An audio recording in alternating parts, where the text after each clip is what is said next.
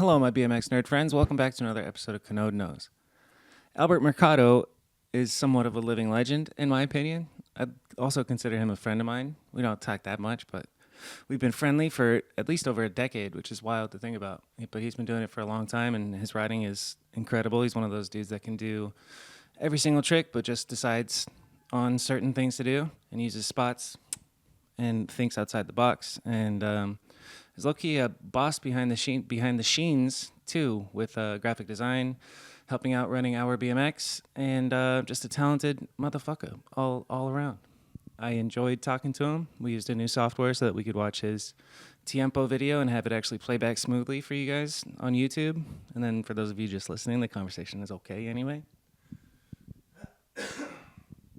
And yeah, that's it. Albert, I appreciate you coming on. And yeah, I'm working on getting an email set up for kanodeknows at Gmail. They called it spam and shut it down, but I want you guys to be able to like submit questions or ask for advice or whatever, and I'll post on my Instagram whenever I have somebody coming on and that I have scheduled, and I can say, hey, submit your videos to kanodeknows at gmail.com, and then we can watch it with whoever I'm interviewing. I think that'll be pretty fun. Aside from that, go to rarlife.com and use promo code Kanode and get yourself some green superfoods. And with all that being said, let's get into it. Here's Albert Mercado. Oh, that's interesting. Like Zoom, it says recording in progress, but here we're just red dot red on my side. So what's up, Bert? Albert. What's up, Bobby? Bert's fine. Albert's fine. Al's fine.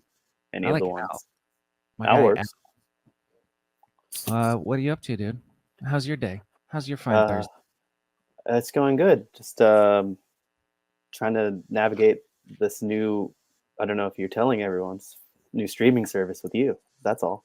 Yeah, this is the first non-Zoom episode because Zoom, I love you, but when we play videos, dude, it's so bad. Like, it's decent for us. We can watch something, but the recording, it's just choppy, and then it puts us all in the corner. No bueno. Mm-mm. Just tech stuff, you know? Tech stuff. Yeah, you're a tech guy. But so are you, right? If I said, hey, tell me why you're a good tech guy, what would you say? I don't have an answer. I don't know. I'm just willing. I don't know. I'm just down to learn shit on the spot, I guess. So it works out pretty well. How to run the live stream program. That's all. For literally today, this or the one that you? No. Earlier, the January stop of the BMX Triple Challenge. The Triple Crown. Yeah, the Triple Crown Challenge. The Triple Crown Challenge. Yeah, that's what you do there. What's involved with live streaming there? Just making sure you have good internet, and the program itself. You just got to get it all set up with graphics and stuff before you start. So nothing too crazy. OBS. Yeah, OBS, sick. Yeah, dude, that shit can get so complex, like switching between scenes, and like it's just a default thing for all the streamers, but you can make it real fancy. Yeah, you can. I'm finding out you can make it real fancy, and then just dealing with the internet stuff. I don't know. Upload speeds aren't exactly like everybody's top priority when it comes to being out in the world. So you have to deal with that, especially when the 20,000 people show up to an event. And what'd you guys end up doing? Did you have like a mobile hotspot or just use like a phone's Bluetooth? Starlink. Oh, no shit. Yeah. That's so cool. Yeah, this is Starlink. Yeah. It's kind of crazy if you think about the fact that like we can be out in the world and live streaming to the internet. Yeah, it worked out pretty good. The one in California was a little choppy, but then the Arizona one was like 80% better. So where does it wind up streaming? Just YouTube? Yeah, YouTube. Nice. And what was like your role, and how did you get that job? That's interesting. It is. I mean, it's through OurBMX, and I work for OurBMX, so that's kind of roughly it.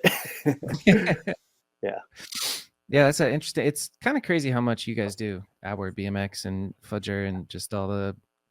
Well, Fudger's the coordinator of everything. He does so much. It's crazy. Yeah, I can't keep up. I can't keep up with him. I think about that with like the just the news podcast that they do and the spreadsheet, and it's just like that's a lot of effort. Yeah, I I try to stay on top of it. Like the spreadsheet, we kind of update like as the month goes on, and then at the end of the month, we kind of run through it, make sure everything's dialed in, make sure nothing's like wrong, and then Ryan runs the show. So That's what's up. So how much of it would you say is you versus him? For people who don't know, like you're Albert's in there doing the news spreadsheet, or at least and we have so it's me, Ryan, and then two other guys, James and right now Pat Quinn's back. So we're all in there updating everything. But yeah, I don't know. Ryan, it's all pretty evenly spread out when it comes to the news podcast. We all kind of update as much as we can.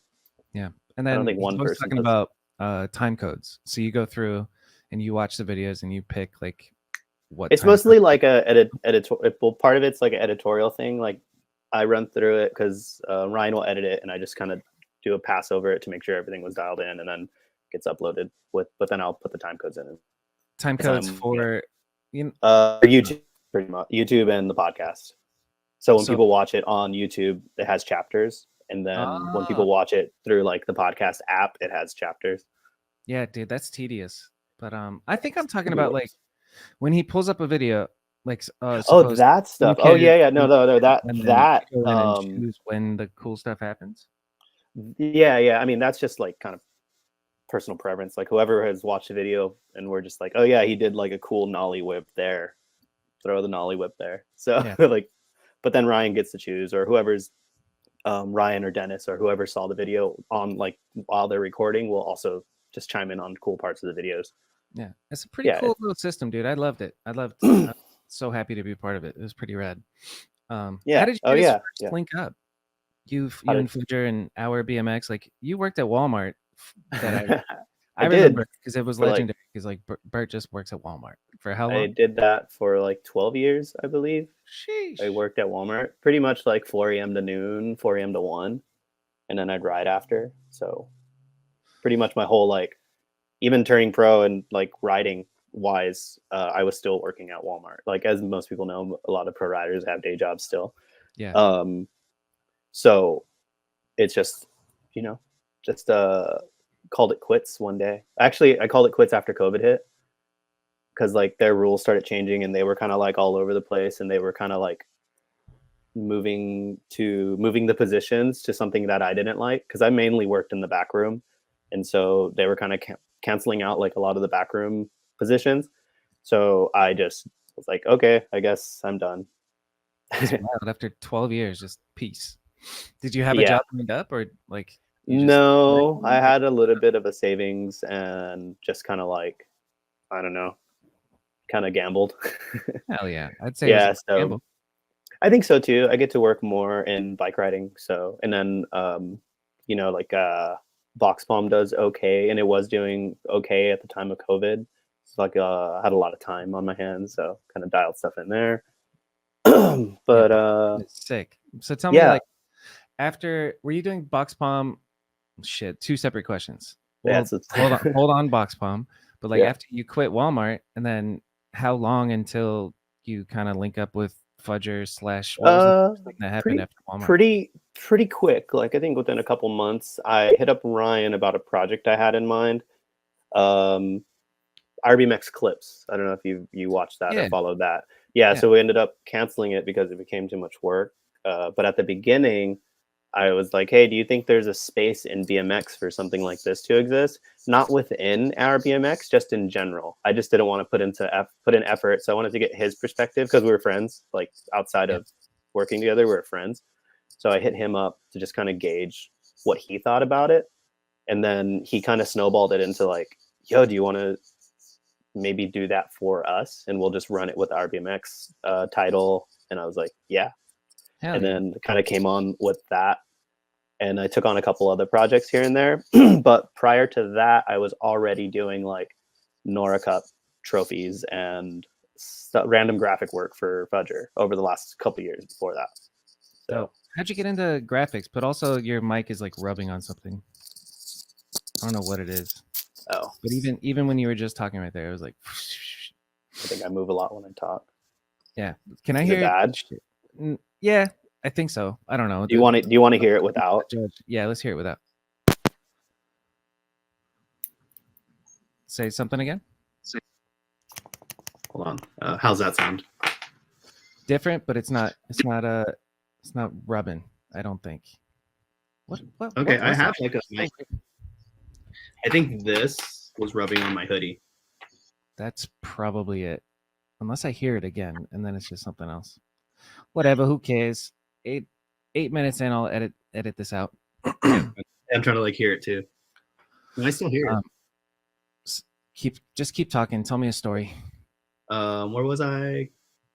Okay, I think this is better. Okay, cool. Yeah. Beautiful too. Random graphic design work. How did you start doing graphic design? Because that's no easy feat. Just learning the programs and doing that shit. I had a computer when I was younger, and it had a cracked version of Adobe Photoshop and Illustrator on it. You naughty little boy, dude, stealing shit. It was I don't know, it was like my brother's friend like gave us a computer or something, and it had a cracked version of those apps on it, and I was like, okay, and I just kind of like, the computer was like, it was the house computer, but I would just like, I don't know, use those apps for fun, like, and draw things on there with the mouse and everything. And then I don't know, just got used to the way the programs work, and then the way the programs work hasn't really changed in the last 15 years. So for real, you know, if you know the basics, you can kind of work your way around anything. So if that makes sense. I've explained it to people who are like, did you go to school for film? And I'm like, no, you kind of just learn by like wanting to do something, and then if you like see what you want, then you can figure it out from there. And that turns into like learning stuff throughout the years and hearing like, oh, somebody needs a graphic done, and I'm like, yeah, I could do that. And then eventually just, snowballs into a job. Yeah, for real. It's kind of cool. Yeah. So you're doing like all you guys are just San Diego friends. Like you were born and raised in San Diego, yeah? No, I was born in Bakersfield, California. Okay. Yeah, so pretty close, but we moved here when I was really young, like 10 or 11. So pretty much been here the whole time. I would consider myself like San Diego. So yeah, I was just talking to somebody, and they said they've been in LA their whole life, and I'm like, that's so wild, because I think of LA, San Diego as like a place where you move to and then try to make it, and it's an expensive place to live. Yeah, I learned that. I learned that that's the thing people do. It's like, oh, you moved to California to make it. Like, and you're like, I'm already here. Yeah, like some of my closest friends aren't from here, so yeah. Most. So let's stay with getting with Fudger and doing the OurBMX clips. I don't think people appreciate how much goes into just making clips and posting clips. It is. It was pretty tedious, and like trying to be like fair and trying to not miss anything. At first, it was cool because we were only doing like, I don't know, maybe 20 to 50 clips people were submitting. But towards the end, after we'd been doing it for a year, we'd get like 800 submissions or something, and I'm just like, I can't keep up. So we phased out the program because I was also taking on other projects within OurBMX. So it just became a little bit of a task that didn't like really. It became so much work that it was not worth it, because it was pushing into like other stuff that we had to get done. Yeah. So, dude, like 800 submissions. What are you talking, in a day or a week, or? And throughout the whole month. And then obviously we'd miss stuff, and like I'd get like angry DMs, and it's like, oh yeah, I tried my best and could only do so much. What a weird position to be in, to be like the art. And we were giving away like money. What's that? We were giving away $100 a month. Oh shit! Best, yeah, I remember that. Whoever sent the best clip won $100, and yeah, I think it was pretty fair, Instagram stuff. Didn't he get in trouble for that? Not trouble, but what did he offered money, and somebody flipped and hurt themselves or something? Oh, that was something different. Yeah, that was not an OurBMX clip. That was like no, that was a Ryan did like a chick challenge or something. Yeah, which is kind of fun. I think those should come back. I don't know if Ryan would agree. Okay, and then I am genuinely curious about like what all you do with OurBMX. So like, what is your job now? Like editorial stuff. I mean, I film, I edit, any of the graphics and visuals you see are me. Like I do the Nor Cups and YouTube thumbnails, and like right now, before I talk to you, I was working on getting all the graphics together for all the Swamp Fest footage that's about to drop this weekend. Sick. So yeah, stuff like that, because there's little graphics that go to everything. So Yeah. Wait, it's kind so of Swamp Fest graphics, are you guys just doing it for our BMX coverage of Swamp Fest, or are you yes. giving it to Trey for him to use? That's cool. No, Trey has his own everything. No, just for us to use. That's dope.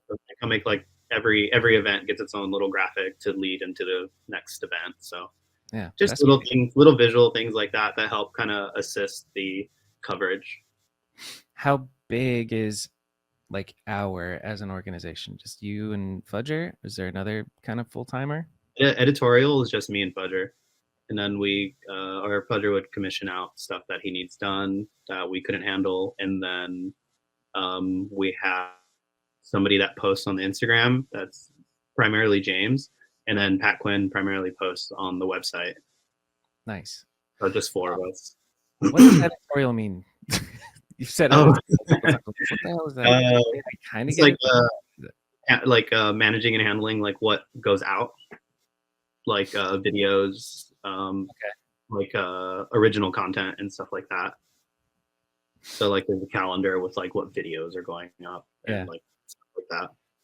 So I'm doing editorial shit when I'm just doing my podcast. Yeah, definitely. Yeah, that's editorial. It's just the title. You guys are official, dog.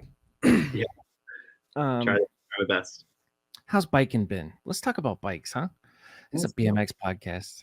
Yeah. You know what's funny? Like I was listening to you doing the creativity podcast on Unclicked, and he goes, "I'm not going to ask you how you got into BMX," and I was right then. I was like, "I'm gonna ask him how'd you get into BMX, Bert?" Friends in the neighborhood rode BMX. I feel like same story. Probably a lot of people have. It's a tale as old as time. Please elaborate. Yeah. Go into it. That's about it. Friends rode BMX. My dad got me a BMX. What BMX did they have? Jeez, in depth, huh? We all had like some version of a Huffy Walmart bike. Mm-hmm. Yeah, and so I broke that in like a month. Like there was goosenecks, right? So the gooseneck just flipped right off, and I like scraped my chest on the top of the stem, doing like a nose pick on a curve. Oof. Because those had front and back brakes. Yeah. Then nose picking. Yeah, dude. And from there was a local bike shop, and my parents bought me a Mosh DJ3, and it was just like a 21-inch. Like, and I'm not tall, but even back then I was even shorter. Like I was very small, and I had a 21-inch DJ3. Like if you're familiar with that bike, and had a long Remo casket stem, S&M slam bars. Like somebody must have sold it to the bike shop. But yeah, I got that thing, and then just stood in the neighborhood riding bikes with the homies over and over and every day of my life. A Mosh DJ. Holy shit! Look at that thing, dude. I'm gonna share this. Look at that guy. Look at that butte. Did you have it yellow like that? I had that thing pretty much, except it was tan. Yeah, it was pretty much that bike. That was like my first bike out of a bike. Shit, look at that. It's so thick. Yeah, the bottom tube is like a rectangle.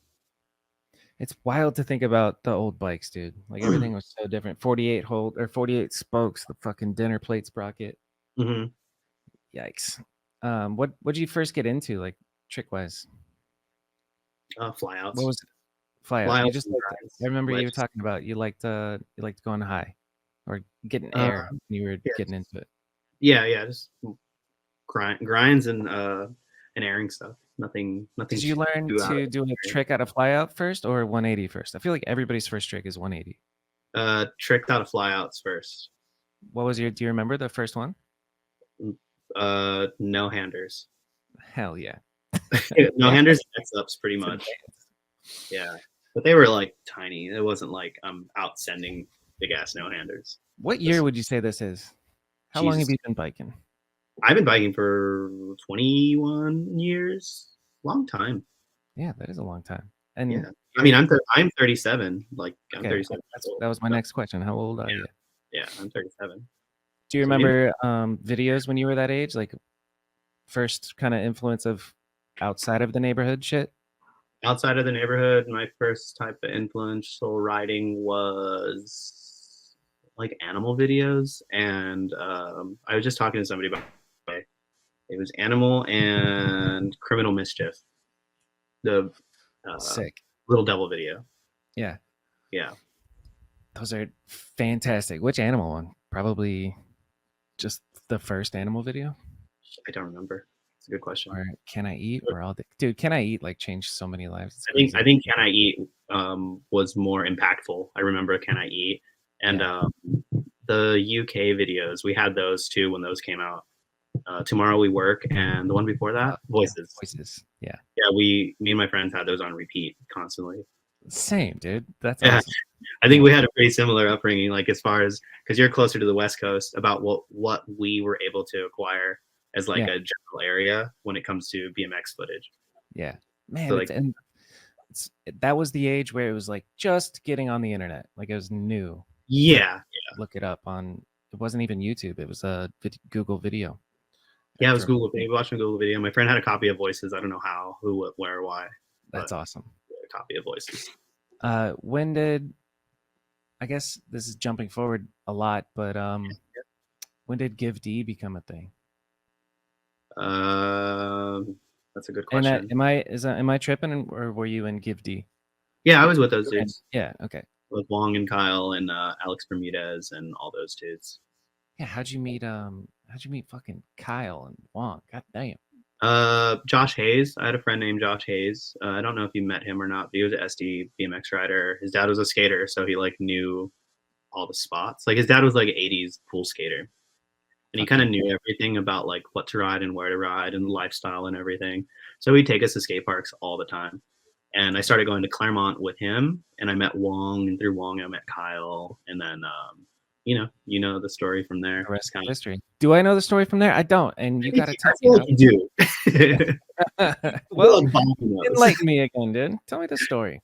No, just riding and filming with those dudes and learning like how to interact with BMX on like a filming side, and like doing that shit because Wong got a VX, the fisheye, and we just kind of got after it like pretty quick. So was he the filmer of the Give D videos?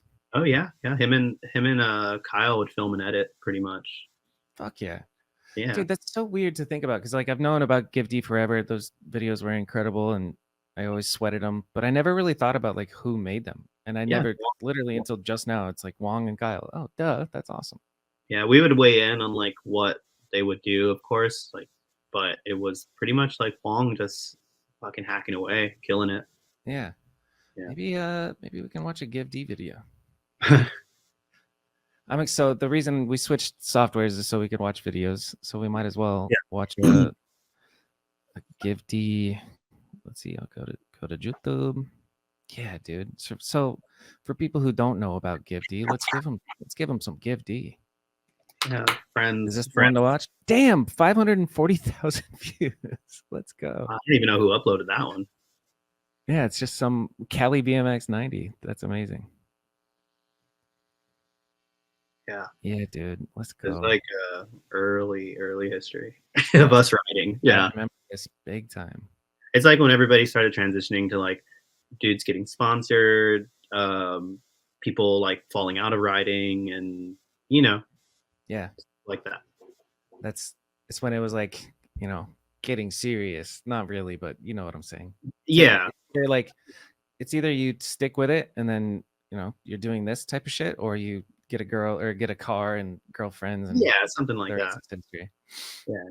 Was there ever a point for you where look at Kyle, dude. Mm-hmm. No chain guy. Was there ever a point for you where you're like, I kind of want to quit riding and just do this or something else? You know what I mean? Never had an inkling of that. It's more like, when people say, "Oh, BMX lifer," it's like, well, that kind of is just how it is. Yeah. Good for you. That's awesome. Kind of stuck with me, and I never really wanted to do anything else. That foot jam shit was you? It's hard. Everybody's looks so different. It's like 360p or something. No, that was Ron. That's me with purple shirt. Yeah.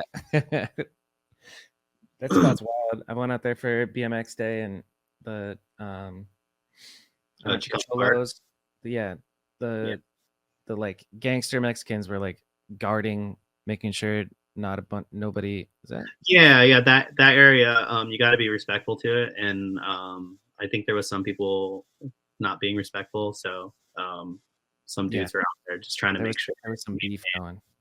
Yeah, I don't think it was beef. I think they were just trying to maintain that they had that nobody popped off, because there was like, I don't know, 300 people there at the start, probably Yeah, more. wild. So That day was so sick, dude. yeah, it was a good day. That stuff's fun. Is there more Bert in here? I don't know about this video. I have a section in one of them, but can't tell you. It's so Yeah, long ago. go do your Give D research. Yeah, should have did that beforehand, huh?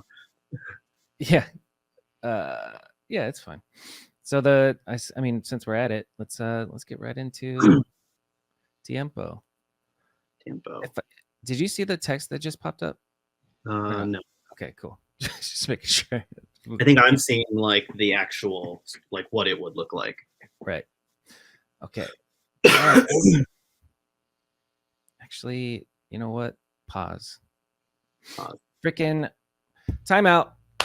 Clap, and we're back. And we're back. What's up, Albert Mercado? Welcome back to the podcast. Hey, Bobby, big break. Let's talk about. So you got a company. It's an international company. I think it just went public on the stock market. BoxPalm. Yeah, very Let's public. talk about BoxPalm before we get into, because I think I was about to watch Tiempo. Yeah, we're about to watch leave that for later, dude. I want to talk about BoxPalm. How does that start? What is it doing? How much money do you have? Millions. No, it doesn't make a lot of money. It's just art. It's just somewhere that I wanted to draw. So it was anonymous actually for like a year and a half or something. So I would draw anonymously, and it's all BMX related. Under the pseudonym BoxPalm. What's up? Under the pseudonym, it's like yeah. Who's that artist that is top secret anonymous? He's a graffiti guy. The Banksy dude. Yeah, Banksy, but BoxPalm. Yeah, Banksy. Yeah, but BMX and digital art. How are you actually doing the digital? Do you have an iPad? Are you doing that type of thing? I used to do it on entirely Illustrator, 100% Illustrator, because like I mentioned before, I work with Photoshop and Illustrator. Yeah. So I would do it with a mouse drawing these lines. No, I had a drawing tablet for the computer. Oh, okay, gotcha. Once iPads started becoming like the industry norm for illustration, I like switched over. But now Adobe has a program called Adobe Fresco. It's not an ad. I've heard of that. Yeah. Super good. And it connects to the Adobe products. And I can draw in vector or raster in the one app. So, and it's connected to my Adobe account and makes life super easy. That's so a super heady industry word, vector and raster. Because I remember not knowing what vectorized images are. And then when I learned, I was like, oh, cool. Explain to me. I think I'm 5. What is a vector? Raster is pixel-based artwork or pixel-based lines and stuff on the computer. And raster is pixel-based. Vector is basically math-based. So it has infinite scalability. So when you draw a straight line, it's not defined by pixels. So you can just scale it up to, if you needed a drawing for like a phone case, you can make it something small, and that same graphic file can be used for a billboard. So that's pretty so crazy. That's technology. Yeah. So I primarily worked in vector like my whole like graphic life, and I've switched over to raster heavily. Interesting. Yeah. Why?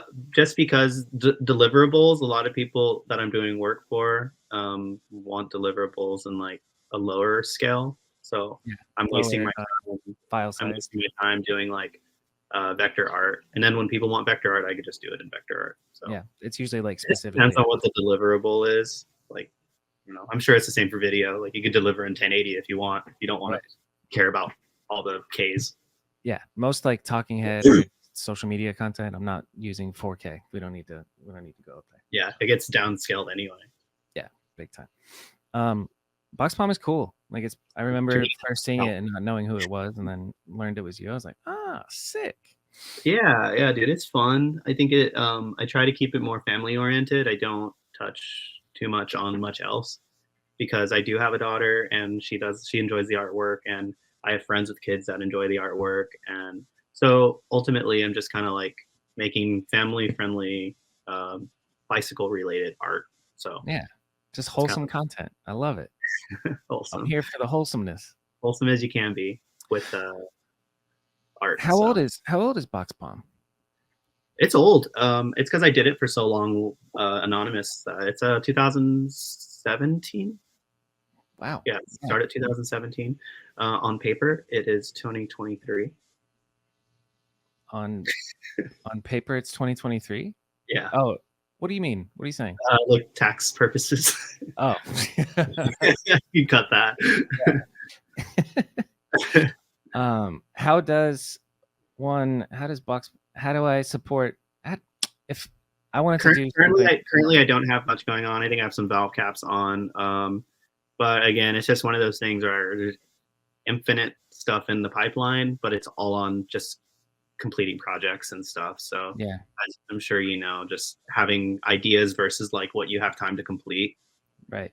So with like my work with Our, and then also still riding BMX and actively like being a professional bike rider, I'm also in charge of like BoxPalm. So, and I don't want to put that weight on anybody else to handle the back end. So, like I don't know, like hiring somebody to do like graphics and T-shirts and stuff would kind of defeat the purpose of it. So I'm just kind of like I'm at a weird spot where it's paused, or it's not paused, but it's just like it's hard for me to push out work for it.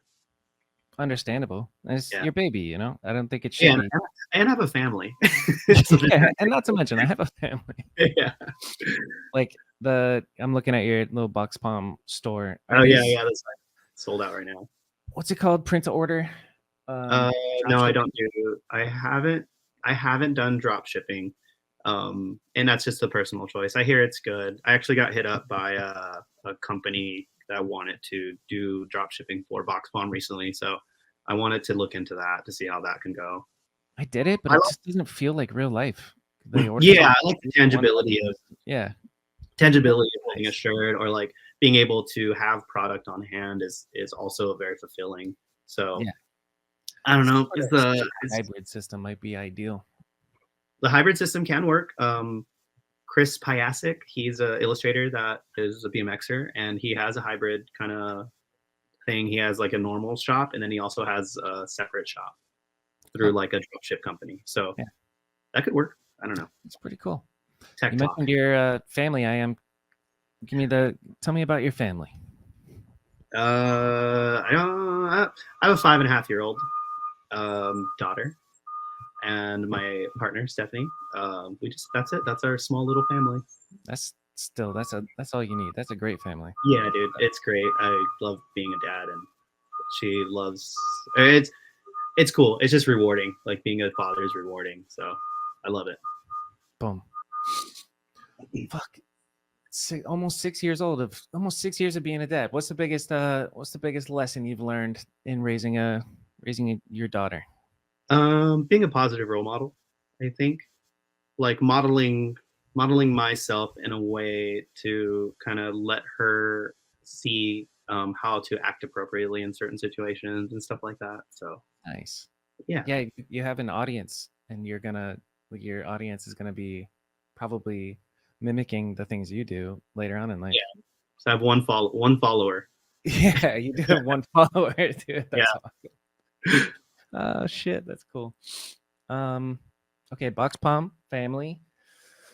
Uh, how about the sponsorship journey? Let's go back in time to your BMX early days. Like, what was your first taste of being a professional biker? That didn't happen till later. I got sponsors, and I was like am. I was am for a very long time, and I never really spoke up about it or like asked to be pro or anything. So I could imagine, like just my own. And I'm working full time and all that stuff. So I stayed am for a long time.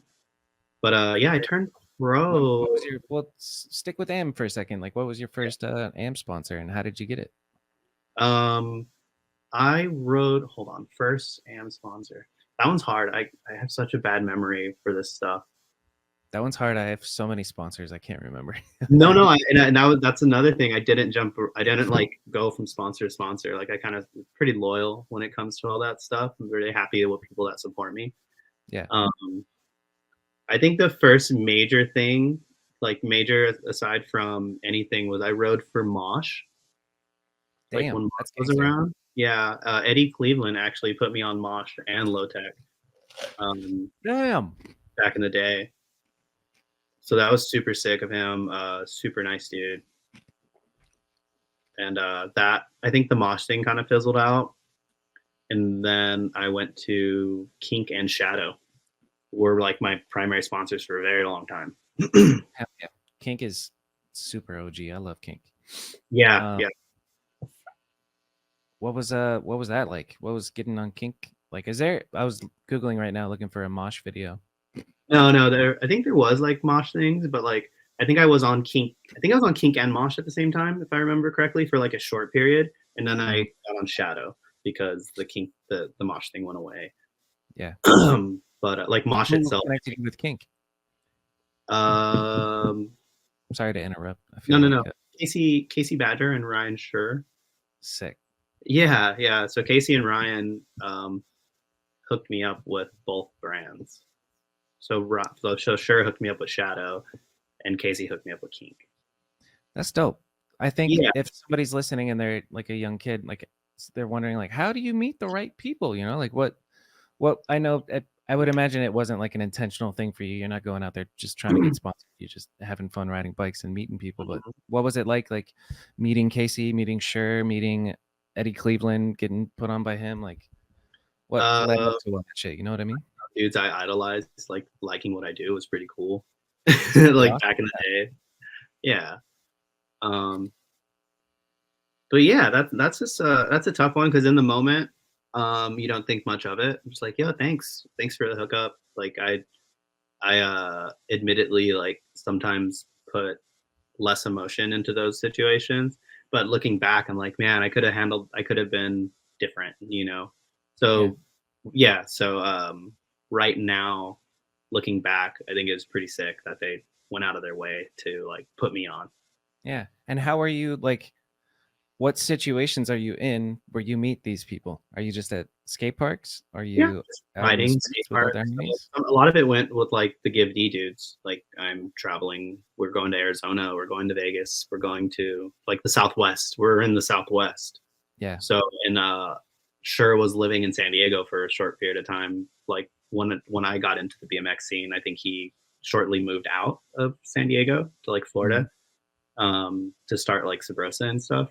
But Yeah. prior to that, he was still on Kink and kind of like lined stuff up. Wild.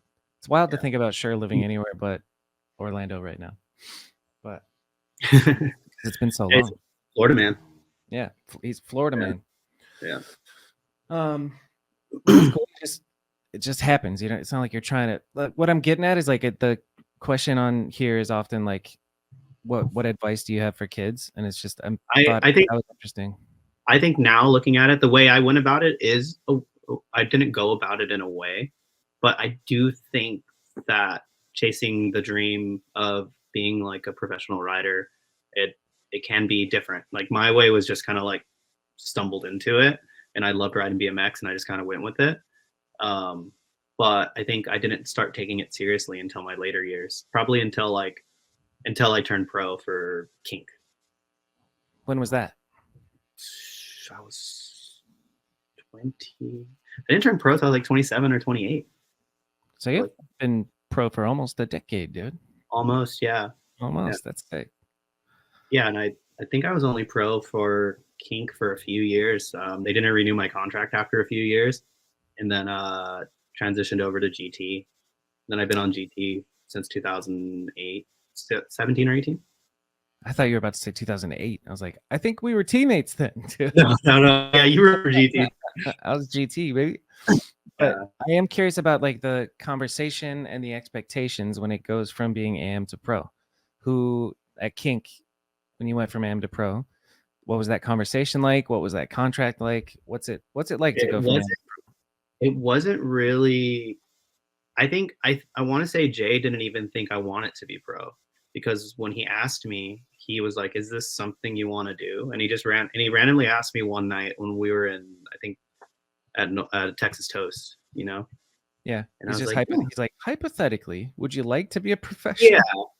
yeah," and then um, yeah, and then it just transitioned from there. Like there wasn't. I was already riding at a certain level, and I was already participating within the brand like as much as possible, like going on trips, doing stuff for the brand, video parts, like all of it. I was already doing all of it, except I wasn't pro. And Yeah. so, yeah, I don't know if he knew that I wanted to be, or I wasn't vocal about it, but he did ask me like, "Hey, is this something you'd want to do?" So that went that way.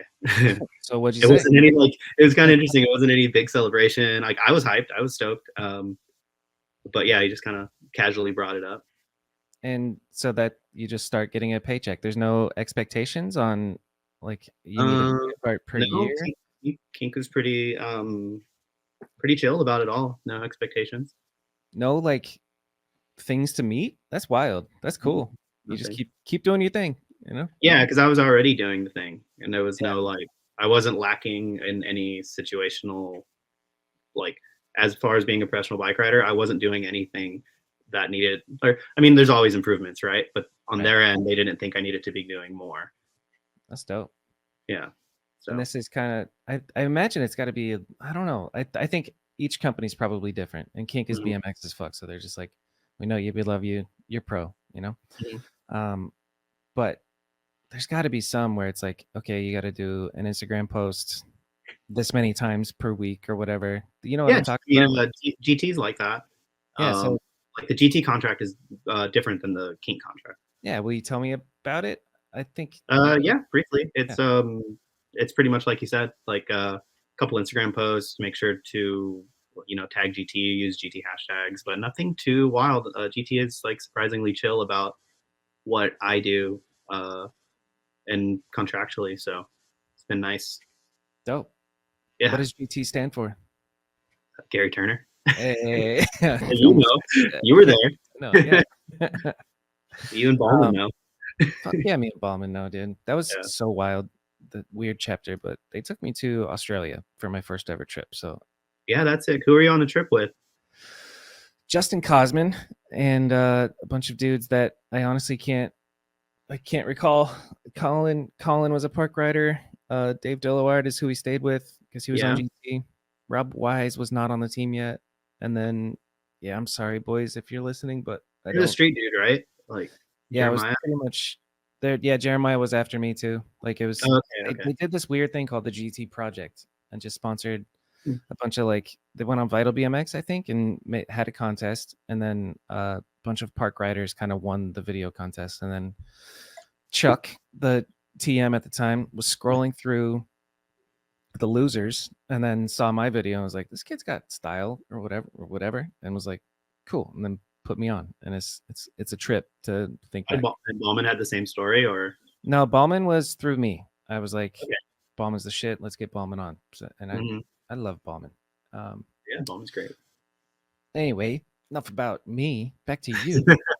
Uh, All real quick. yeah. So, you know what I want to talk about is GT and the helmet stuff. Hmm. What's the policy? And The current policy is they don't require helmets anymore. when did that change? Last year, like middle of last year, I believe. And why did it change? Change in ownership of the company. Oh, okay, that's pretty big. Yeah. Mhm. That's about it. There's no like Was big. there? Because I remember it being like a thing. I don't know. People were talking about it, or somebody was raising a stink talking about this helmet thing. But Um, yeah, I mean that was it was on the contract. Like if you wanted to ride for GT, you had to wear a helmet. And at the time, I was wearing a helmet, like I don't know, 50-50. yeah, so So you're like, anyway. I was like, oh, I mean, if it works out, I'll wear a helmet full time. So Yeah. it did. Let's see. Are you rocking a helmet nowadays? Less these days. It's interesting, like the decision to rock a helmet versus not rock a helmet. It's so much more convenient to just go riding and not think about it. But then if it's like doing something scary, it's kind of like, yeah, I might put the helmet Yeah, on. I think if I'm doing something a little bit more scary, I'll probably throw a helmet on. But when it comes to like, I don't know, I posted a clip recently of doing foot jam whip stuff, like, and it's the risk is way lower. Yeah, And exactly. again, that's personal choice, personal decision, Yeah, based on it could happen to anyone. Like falling could happen to anyone. I understand that, but it's my personal choice and understanding like my abilities on a bicycle. You know, yeah, yeah. like that, Like and we're in there's, the same you're right. footing. Yeah, You can always fall and hit your head, no matter what. You could just be riding down the yeah, street, and the worst yeah. shit could happen. But the risk to, yeah, Yeah. I get what you're But saying. prior, like the year before that, if I wanted to do that, I would like go to my bag and put my helmet on because I would ride without a helmet. But like for the media stuff, like as far as GT was concerned, you had to if they were to use any of your media, you'd have to wear a helmet. Yeah, Yeah. I think I saw you. You have a GT frame, and it's like party colors, and I love it. Me? Oh yeah, I have a complete bike line through GT actually, So and yeah, rad. the colors are really bright. Yeah. Mercado Albert GT bike. Team Albert Mercado. Yeah, That's a there's cool thing. that, and then I also have the BoxPalm bicycle through GT as well. So yeah, I mean it's a little bit. It's like a '90s based, like the graphics on that thing. That's pretty So sick. yeah. I can't believe you have a complete bike. That's incredible. Oh yeah, I don't. Um, Good for I you. I'm yeah, I'm aware of that, and it's pretty amazing. Like Yeah. I got a couple of them like hanging up and stuff. Like and I got like sample frames behind me of colors that didn't make it. You know, it's just like you know, it's It's cool. badass. I love. It's Yeah, unbelievable. That's like a little kid's dreams all come true. That's pretty rad, dude. yeah, and I was happy to get that so late in like my BMX career that I was like, oh shit, this is like happening. So pretty hyped Yeah, on that. it's pretty badass. Like, Yeah, because I don't I've know. had it for since I think like 2020. I think You say that again? You've had a complete bike or since since like 2020? 2019, I've had like a complete bike line through GT. Yeah. Yeah, And then so the COVID boom happens for bikes. It's crazy how like COVID kind of ruined so many people, but then there's so many industries and things, but bikes, big boom. Big it boom was followed by uh-oh. yeah, it was a delayed Everybody's ruin. uh-oh. Yeah. Yeah, but I think everybody's just working around that right now. So Yeah. It's what do you know about the industry and where it's at right now? um, I don't know much. It's not my world. You know, like when it like the back end of the industry and all that. So I just try to ride my bike and have meetings with GT about like promoting the bikes and stuff like that. So that's kind of as far as I go into it when it comes to my involvement with. I know Yeah. you hear the industry's doing this or whatever, but just I'm I'm glad a that rider. I don't have to So, worry about that. Yeah, you just yeah. ride and help promote your shit. hmm On that And note, like what is a what comes from a meeting like that? Like what are you doing to promote your frame? Like is there anything special uh, or to promote the complete bikes. yeah, yeah, yeah. Second. Like I have one, and like me and Jeff will just go out and like film videos. A lot of it's like internal use. Okay. So like they'll need photos of just me riding the bike for sales, books, like catalogs and stuff. So like that type of stuff goes a long way outside of posting stuff on social media and stuff. Right. And then I keep my presence in and it saying like keep my presence sounds so like planned, but it's just like Corporate. something that I'm doing already. Um, writing and posting videos and stuff. That's already stuff I'm doing with or without a sponsor or a brand behind me. Mhm. So it just kind of lines up that I get to talk about my bikes while I'm doing that. Yeah. That's pretty awesome. Yeah. So tell me what's your pitch? What's your elevator pitch for your bike? I don't So have one. No, I'm the just like, hey, look, the it's a foot jam Mercado. whip. It's a foot jam whip, and I land in a Smith grind and then cab out, and then oh, there's a bike too. That's my pitch. Good pitch, dude. I Yeah. love it. I find it interesting thinking about the things you can do to promote stuff in today's day and age, like Yeah. Instagram, TikTok, YouTube. You could what Hmm. kind of content you're doing, and it seems like you're sticking with the tried and true. Put an interesting clip on Instagram. Is there? Yeah, Yeah, tried and maybe true. There's also like the YouTube route, which I've been looking into recently. That's sick. Yeah, I saw your parking lot podcast. the parking lot pimping. Yeah, with, yeah, with that's sick. P. Yeah, that was a weird one. Those dudes were stranded and so connected. And just chatting with like 16 and 17-year-olds is something else. Just Hmm. lit, stand on business. That's Yeah, fire. hey Bobby, you're pretty hip, dude. Yeah, I'm staying hip with the youth. Yeah. There's no shot that your kid is old enough to like do lingo. Like she's not in school Uh, but bringing she things she home. says like, of course he learned something. She's kindergarten. She's in kindergarten right now in public school. She says like, "What's up, bro?" Every once in a while. Like, cool, thanks. Calling dad bro. Like, but it's like real like mellow right now. She's like, "Hey, dude." Oh, that's cute as hell. Yeah. She also called me cranky this morning too. Fun. I You're don't know. cranky, Yeah. bro. No. You're in the boat right now, dad. It was totally out of context and everything because I was like before this I was getting her ready for school and I was like, hey, you got to finish getting dressed. She's like, okay, cranky. Like, I love that. yeah. So you laugh, but so it's funny. Let's see. Where were we, dude? What Uh, train of thought were we well, on? we're talking about Sponsored. complete We've gone bikes. everywhere. There's yeah, we covered. I'm admittedly a pretty boring guy, so that's not a No, lot. I think we skipped over like the transition from kink to GT. I am curious about your origin story. I kind of shared mine. How'd you get on GT? It was pretty quick actually. Jay called. I was literally like going to a skate park, and Jay called me. And he was like, "Hey, I want to get on the phone with you. We're not going to be renewing your contract." And I was like pulling my bike out of my truck, and I was like on the phone. It's like, "Cool, all right. Well, thanks for the heads up. I didn't ask for a reason. I didn't pry. I wasn't angry or anything. I was just like, okay, cool, thanks. So, I'll talk to you later. I gotta go." And I went and rode.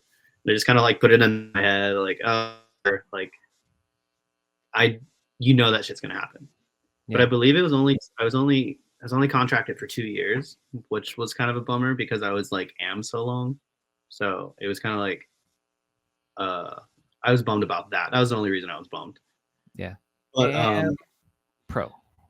yeah, pro. Yeah. So I hit up like I talked to Cosman a lot back then. Mm-hmm. I was just talking to him about like, okay, like next moves, like what do I do, Yeah. And he said GT's looking for riders. And I was like, really? And I was like, okay. And I don't know if you got this, but I never really ask for anything. I'm never like, yeah, can I ride for your brand ever? Like it is not I don't like to talk about myself, and I just don't like to upsell myself. And I know asking that question comes with an upsell. Like, hey, can I ride for your brand? I'm doing this, So it's like, Yeah. I hate that second part. So I never really put myself out there in that way until Cosman said, you should call, like, I'm friends with Ben Ward too, who was Yeah. the GT brand manager at the time, TM brand manager guy and designer. Lord. Everything. He's everything there. And I just called him, and he already knew. And we just had a couple conversations, like, and I'm at work. Like I had these conversations at work. I just in a warehouse, just on the phone with Ben. Yeah. And it just kind of like, we had a couple conversations back and forth. He agreed to like come into the next year, like being on GT. So I kind of gave it a couple months, and he floated me like a salary to like kind of like Reserve you. yeah, just because I did need money. Like it wasn't like the GT check went somewhere. I'm sorry, the King check went somewhere. Like Yeah. livelihood. So yeah, he floated me like a little bit of money for the rest of the year, and then the next year, I believe it was 2017, was like full on like I'm GT pro GT. So Fuck yeah, man! It's been Yeah, you just kind of 7 roll years over. of GT. That's great. I'm picturing you in a warehouse on the phone, and your boss comes in like, "What are you doing?" You're like, "I'm getting sponsored." I was pretty I was pretty well liked within the store I was working at. I'm sure. Um, so and I was like I don't know, headphoned in, and I wasn't Yeah. like on the phone. So what I would do is I would unload trucks of meat. So I was just Trucks on the of meats. meats, yeah, just boxes of meat. Meats. Love Yeah. it. So yeah, just unloading boxes of meat on the phone, talking about like, what I can do in the future for GT and all that fun stuff. That So just made me think. Does that have anything to do with BoxPalm? Why does BoxPalm have the name BoxPalm? Because you're palming boxes of meat. coincidentally, yeah, you nailed it. Yeah, that's it. That's Not all. even kidding. Like For I real? had, it was named something else, but I wanted the word palm involved just because it's like California palm trees, whatever. Yeah. I like palm trees, and the word palm just kind of, whatever.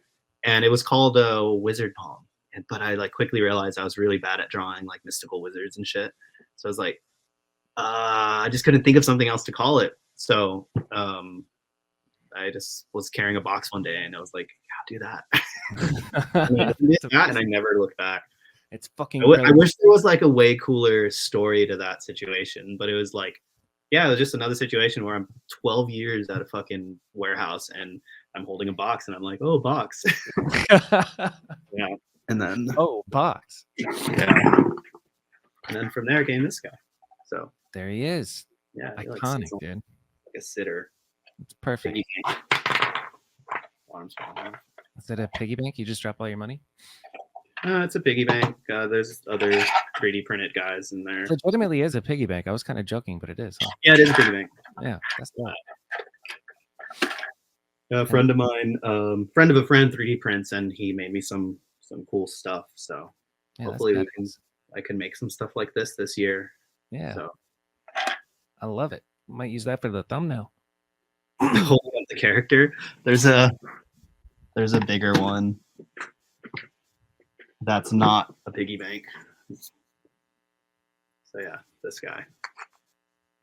Gangsta with the beanie, of course. Mm-hmm. It's Yeah, cool. smile, and I'll screen grab later. Let's see. Hold on. Let me make you big. There we go. I got it on 1080 too. Yeah. There he is. Okay, thumbnail accomplished. Perfect. I got some questions that I won't tell you who sent them to me, but we'll see if you can guess who sent you these questions. Chadwick. No. Okay. Since birds aren't real, do you support them being used as filming drones? Kyle. That is Kyle. Yeah. Do you support them? I That's support funny. You birds. knew it instantly. Yeah. Inside joke with Kyle. What, if any, are the rules on double foot plants? Also Kyle. Yeah, these are all Kyle. But these are all Kyle. Okay. That one you have to answer. I don't care about them. I don't care about them in the sense that I do them all the time. What are rules on foot plants in general? Like fast plants, foot plants. Can you have your foot dangling off? There's rules, Albert, and you know there's rules. And I just want you to tell me. I don't have it. Like for my particular style and how I do them, I could speak on what I like for myself, but I'm not going to speak on what I think people should be doing. You're just politically correct, Bert. Tell me the rules, dude. No, I just don't like I don't like that mindset that like I should be doing it a certain way just because I tried to I say that because I tried to do that for a long time. I tried to ride in the style that people thought I should be riding in. Yeah. And I let that like hurt my riding, like in what I thought was cool and what I thought was fun, to doing like just shit that I shouldn't have been doing. Wasting my time on stuff that I didn't like just to like make it try to keep up with what's happening in BMX. So if that makes sense. I did that for a couple of years and it burned me out with like the thought. So how so? Give me examples of like what were you doing that you were with the crowd? Like, I would say I remember filming a clip. It was for Kink and I was just like, why am I doing this? It was like a 180 grind, 180, and then I'd ride halfway across the parking lot and do a gap to grind a hard 180. And I was just like, this isn't something I would do. this is something like somebody else would do. This isn't my style of riding. Yeah, But it but was since cool. you of doing it, you were like, I need to do this, but you didn't even. I see what you're saying. I didn't have any emotion attached to some of the tricks I was doing, like Yeah, learning just stuff I was learning, especially with the free coaster stuff. I love watching free coaster stuff, and I thought that was the evolution of what I was supposed to be doing, but it didn't fit well with me and my riding style.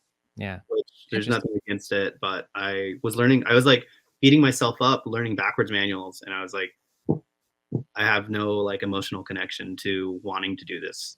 So I That's literally like put a cassette back on and just started doing what I wanted to do, and that made me feel better. So fuck yeah.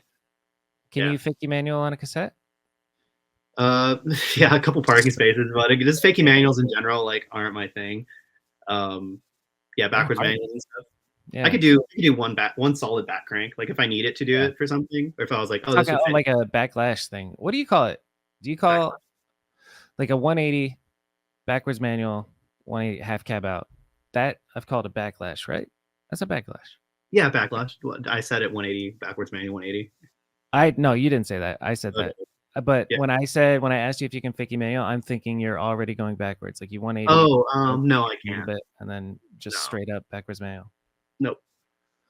That was like I the could barely third trick I I learned. could Like because barely of a Carl forwards Pointer video. You can forward. barely forwards manual. Get the hell out of here. What is something that you wish you could do but you can't? Um, switch whips. Ooh, yeah. I've done like one or two in my life. I could That's tail whip. I could like hop whip and stuff, but yeah. switch whips are like, I wish I could switch whip. Like it's just, Just I guess, I do it. mean, I guess got to put in the time, but I felt like I put in so much time and I just can't figure it out. Yeah. You were on trips with Sexton. So you got Absolutely. to see his He taught sports me trips. how to kick them, but then I end up like in a position that is unsavable for me. It's Unsafe. savable. It's good for Sean. Like Sean Yeah. could wrangle that thing in, but um, I wanted to do them like Sean, and no other way. So Yeah. Dude, it's like there's so good looking. Sean style or nothing. So Yeah. I'm in the There's nothing. one, I think it was overseas. It was a bump jump up a 4-stair. It was like, I want to say Taiwan, but I'm not sure. Sean Sexton, dude. Oh, he's so good. Do you stay in touch with Sean Sexton? Not stay in touch, but I Friendly? don't Yeah. Who do you think has the best switch whips in the game currently? in the game currently. I like Jordan Godwin switch whips. Dem's good. Yeah, Just thinking Casey Starling. Casey's got a good one too. I mean, almost like Garrett Reynolds switch whip is incredible looking. Just especially like down a set, just beautiful. Just in general, yeah. Garrett doing anything is Yeah, it's truly beautiful. All right, yeah, he lives close to me too. So. let's go. Oh, yeah. I was about to like dox you, kind of. This is your address. You're near. No, da, da, da. Let's see. What's the difference between a table and an invert? Um, tables stop at flat and inverts go upside down. Right. Which one do you prefer doing? Inverts. Yeah, it's funny the differentiation between the two. It's like they're all the same to me. He Table says bunny hop invert. table. I think like Vic Murphy.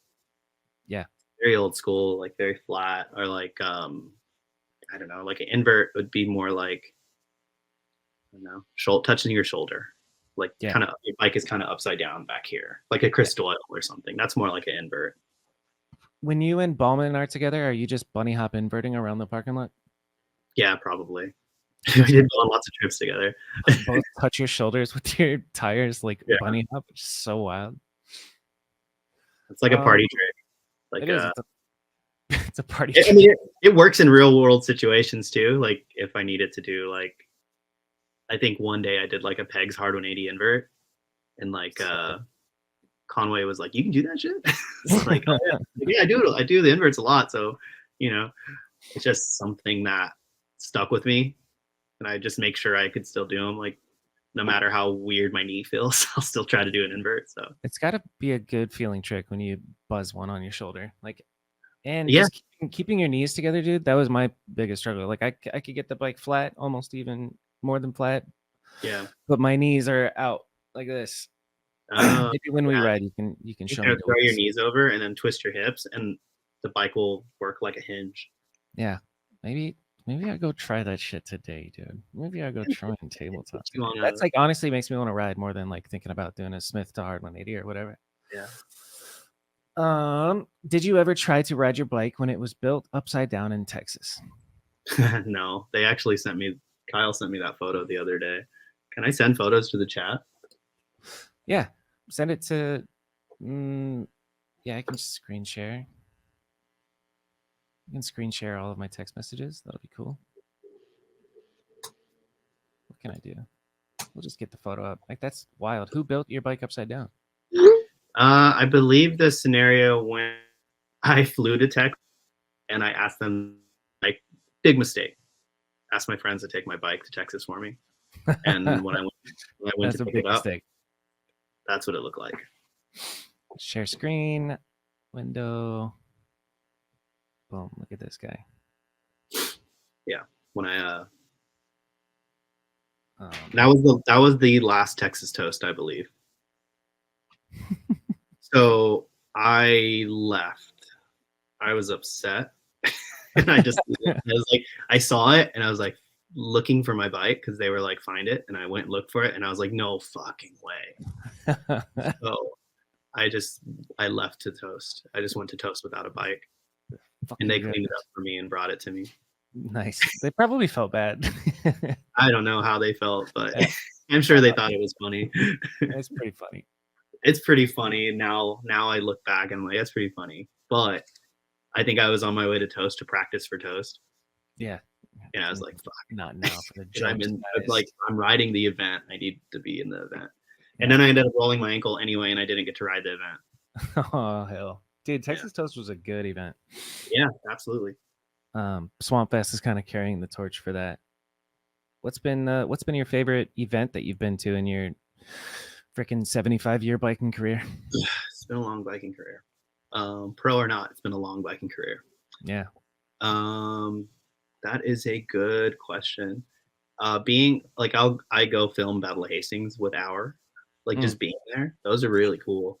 Yeah, I want to do that someday. I mean, Swamp Fest is cool. Like the energy at Swamp Fest is sick. It's a cool event. Being overseas, dude, that tops it for sure.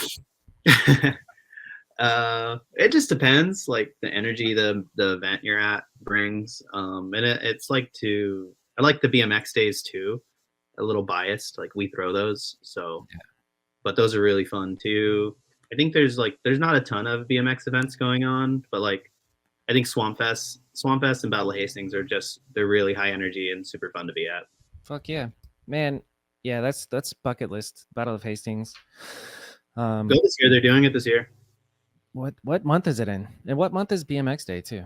BMX Days in July. Normally around my birthday's July 18th, so normally around my birthday, and there's like a little bit of like me not wanting to work on my birthday versus like doing something cool. And then I actually have the Nora Cup thing. Oh, it doesn't have the date on it. Because Nora Cup happens.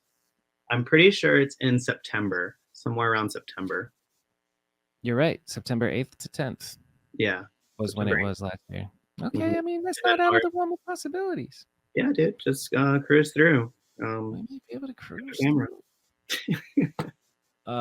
What was the next one? Oh, okay. When can we expect you to bring stovepipes back? I'd like that trick. I haven't done them in a while. Maybe I'll start doing those some more. Yeah. The one-handed X up, but the wrong way. Yeah, I filmed one on the street. I was like, that's a cool trick. Yeah, they're easier than one-handed X ups. Don't let anybody fool you. I would imagine. Yeah, it doesn't look hard, but it looks cool. It's an interesting trick. Yeah, I think so too. Like same thing with candy bar X ups. They're not that hard. They just kind of look cool. Oh, that one looks wild. Cool to me. I like doing them. Yeah, it looks intricate. Yeah. What is the weirdest trick that you just love? Like a weird trick? Yeah, like a fucking X up candy bar. So that's a weird trick, Bobby. Let's hear how you feel about my bike riding. That's pretty weird, dude. You're so weird. I watch your clips and I'm just like, Man, this is weird. Fuck this guy. No, you're I think incorrect. Candy Bar X Up grinds.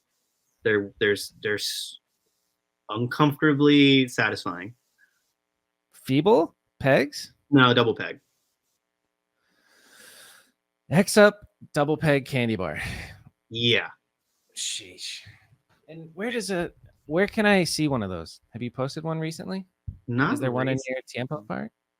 No, there's not a lot. I think the Tiempo part is pretty mild when it comes to like the type of the Tiempo clips are old. I was gonna touch this.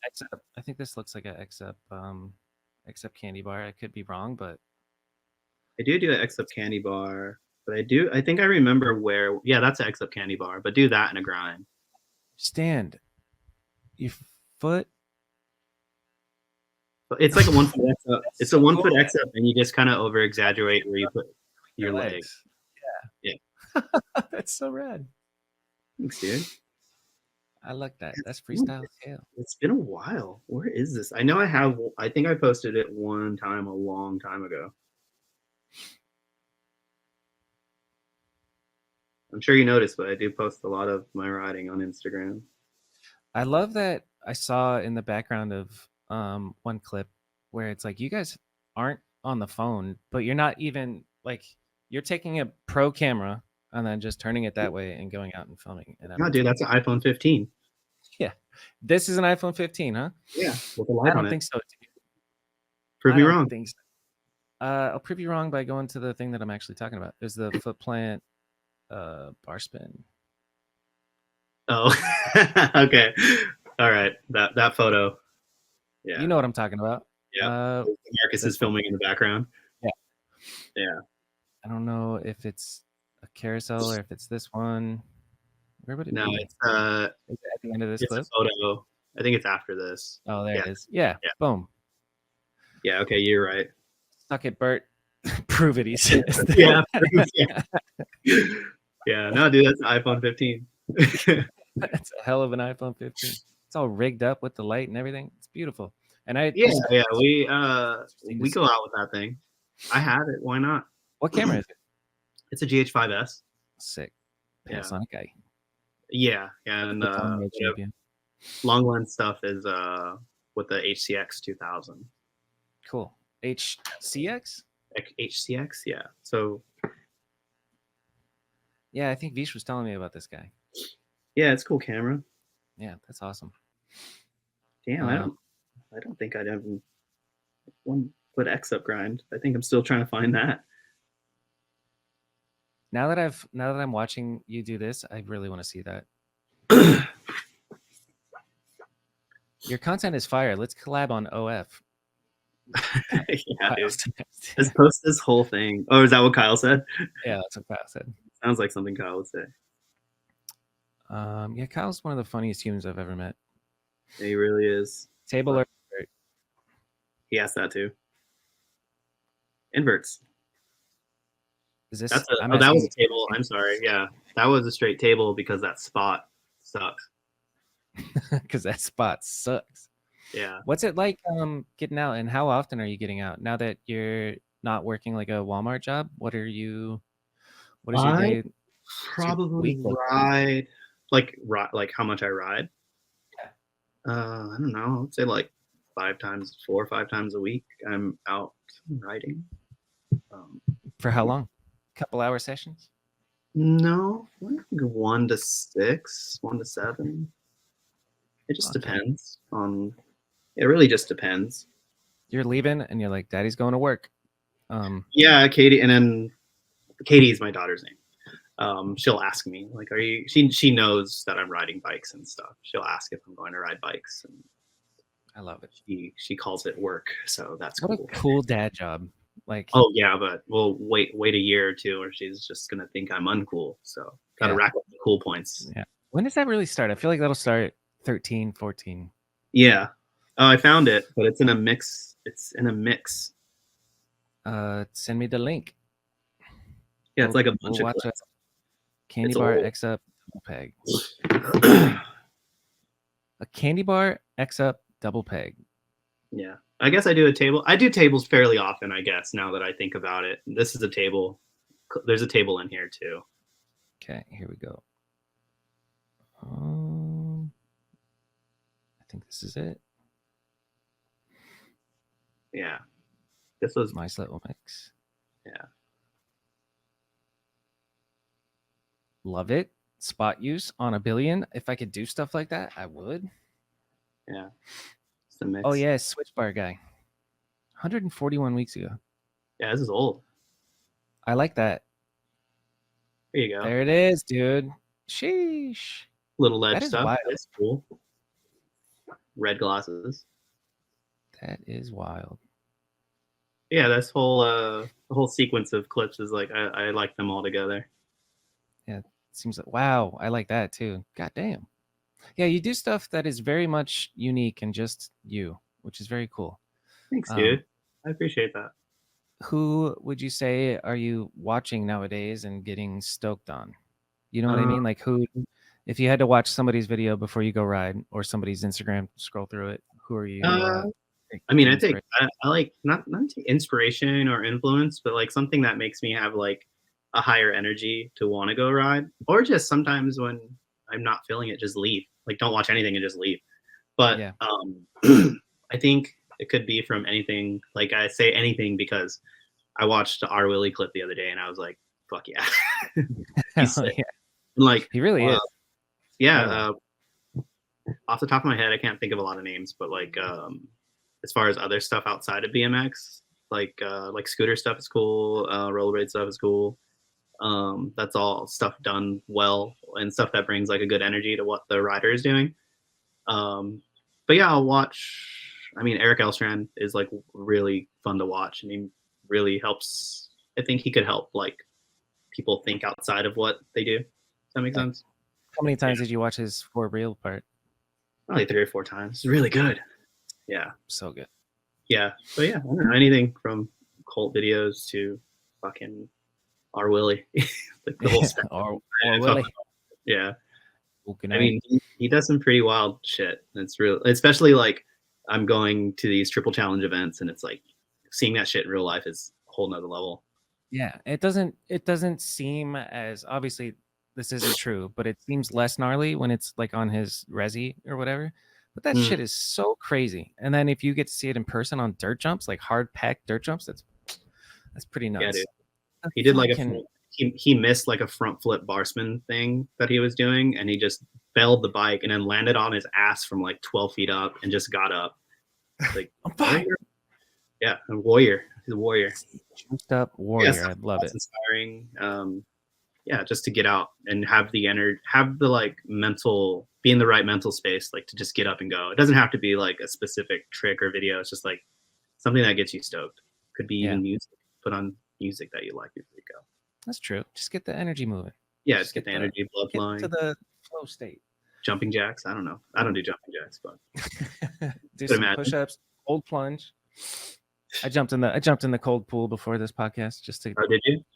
Just to fucking do it. What does that do? What does that do? Kyle explained it once, but I don't listen to him. So the cold plunge, like the whole point is it makes all your blood go from everywhere to your internal organs because your body's like, oh shit, I'm dying, and so like it sends everything inwards and then flushes back out once you're out of the cold plunge. Yeah, when you're out and you're warming up, that's where most of the benefits come from. But your brain gets tricked into releasing dopamine because you survived, like you go through that hard thing and then you get out and then you have like cocaine levels of dopamine in your brain for up to like 6 hours. Oh, wow. It's like big mood enhancer. Like I've been doing can a cold shower do that, or is it cold plunge specific? It's like that's the baby step towards it. Cold shower accomplished a little bit of it. But yeah, inflammation goes down, testosterone goes up, fat loss goes up. Yeah, it's pretty dope. The hardest part about once you get into it is just not talking about it all the time. I tend to be like, cold plunge, you should try it. It's amazing. I mean, imagine being a dude on a podcast saying that, what you just said. Yeah, that's imagine, dude. Shit, I forgot we're on a podcast, dude. What was I gonna ask? Oh, I want to know spots. I want to talk to you about your spots in San Diego, and Oh, I'd like to know. I'd like to know what you've been riding lately, spot wise, or like what's your favorite spot around San Diego lately, and also I'd like to know what's your favorite street spot ever that you've been to. And I say street spot, don't say trails. Max Vu said trails, and I don't. That's fine, but it's a separate conversation. I said, "What's your favorite spot, I don't, Max?" He said, I don't ride much. trails. I don't ride much trails these days Good. anyway. So I Street bugs. Let's go. mainly stick to like riding street. Obviously, you know that. People watching this know that. Maybe. Um, that's a hard one, They're like, man. who is this? Yeah, I think that too. It's weird. I'll ride anything. It's almost like I don't know my favorite spot. That's a hard one. I like downtown San Diego. Yeah. A lot of the clips you see on Instagram are downtown San Diego. Yeah. When I visit there and I look around the city, I remember your clips. Like I see a rail. I'm like, oh, Sick. oh, Yeah. Demo Albert. Yeah, we spend a lot of time down there. That's great. What about It's all time mostly, throughout like, your career? all time throughout my career. I rode. That's a tough one, dude. I'm so like in the moment about my bike riding that I become like brain dead when I have to think about shit from the past. Mhm. So, and that's kind of on the spot question. Well, it is. That's a toughie. What about like favorite city or country or whatever place I you've think been to? Taiwan. I want to say Taiwan. Fuck Like yeah. if I were to want to ride something again, it'd be Taiwan had great spots. I mean, I was just in Tokyo as well. Tokyo had amazing spots. Like it couldn't even begin to What were you cover. doing there? Huh? What were you doing in Tokyo? Riding bikes. Duh. Fucking Yeah. for what? Just Demarcus and my friend Mike Yup. You know Mike Yup? Yeah. Mike Morris. Yeah, Mike Yup. I think we did meet briefly in person, but yeah. Okay. Yep. Yeah, Mike Yup and Demarcus and a couple of my other friends. We all just decided to go to Tokyo. So we went for 2 weeks and about a year ago now. Or actually, we went in like late May of last year. How expensive is it to go to Tokyo? A couple grand? Not at the time, not very expensive. Lodging and a flight for 2 weeks, split between 6 dudes, Yeah. 7 dudes. For me was $1,400. Get the fuck out of here. I want to go to Tokyo, dude. My ticket was $700 round trip. I'm going to Tokyo. United. I gotta go somewhere, dude. Yeah, dude, it was sick. Like the people were cool, the locals were nice. It's just it was sick. That's awesome. I would do it again in a heartbeat. All right, so we're on spots. Gonna move on to the next question, but I gotta pee real bad. So Okay, BRB. yeah. Pause everything and I'll do the same. Yeah. And we're back. Welcome back to the show. Welcome back to the motherfucking podcast, dude. Kanode knows. Kanode knows. Spots, cool. Spots. Yeah, I think I was broader. I think I did cities like San Diego and Tokyo and Taiwan. Yeah, those downtowns, all great. You're a real artist. You play it as it lies. You find something interesting, you think about it for a while, and then you decide on a maneuver, and then you try your maneuver. Do I have an accurate read? Yeah, that's a good. Like I said, I don't like talking about myself, so that you articulated it pretty well for me. So thank you. That's pretty great. A podcast guest who doesn't like talking about themselves, dude. That wasn't one of the requirements, right? Yeah, part of the contract is like he must appear on several podcasts per year. No. Let's watch Tiempo. Was there something else that I was about to ask that I think you were leading up to something and then you didn't. Well, I peed and it's gone forever, so peed it out. I peed out those thoughts. Sorry if you're listening and we're everywhere, but I'm also not sorry. We're just podcasting, baby. Yeah, Tiempo's filmed in like LA and Tokyo. Awesome. Yeah.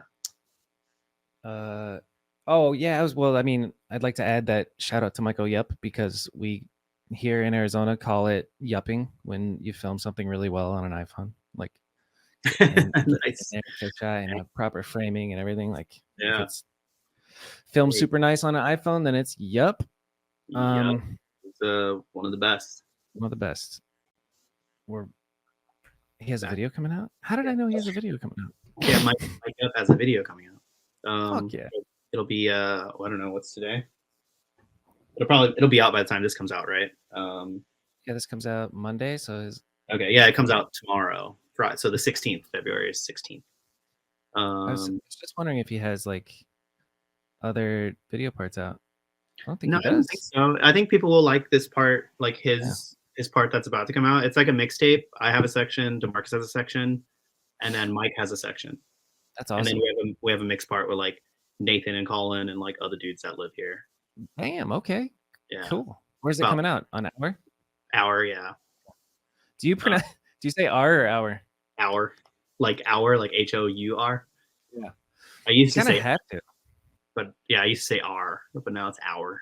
Yeah, because when you say OurBMX, it's just like the letter R, OurBMX. Yeah, I recorded something early on of me talking about Hour, and then Ryan was like, "Oh, you that was cool, but you pronounced it wrong the whole time." I was like, "Sick."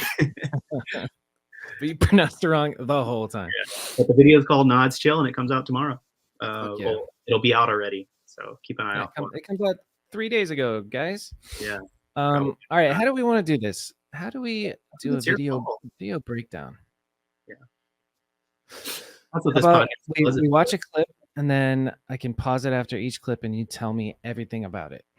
Sure. Yeah. Tell me about this clip. This one? Yeah. This one, I asked Jeff to film it on an iPhone because we were in LA and we had already filmed some stuff, and I was like, I think that this would be a cool line. I should just film it on, like, can you film it for me on my phone? And then he was like, you should just film that with the camera. So I did, and I'm glad I did because we got to use it for the intro clip. Yeah, and why is it the intro clip? I edited the video actually. Okay. Yeah, you did, didn't you? I think I saw that. Yeah. I remember. I thought it was cool. Just because it was long, like, and a lot of the clips aren't long. It gets to be like T logo, Albert, and then the clip kind of starts. Yeah, like a great spot use. We're getting introduced. Oh, we're gonna do some creative stuff here.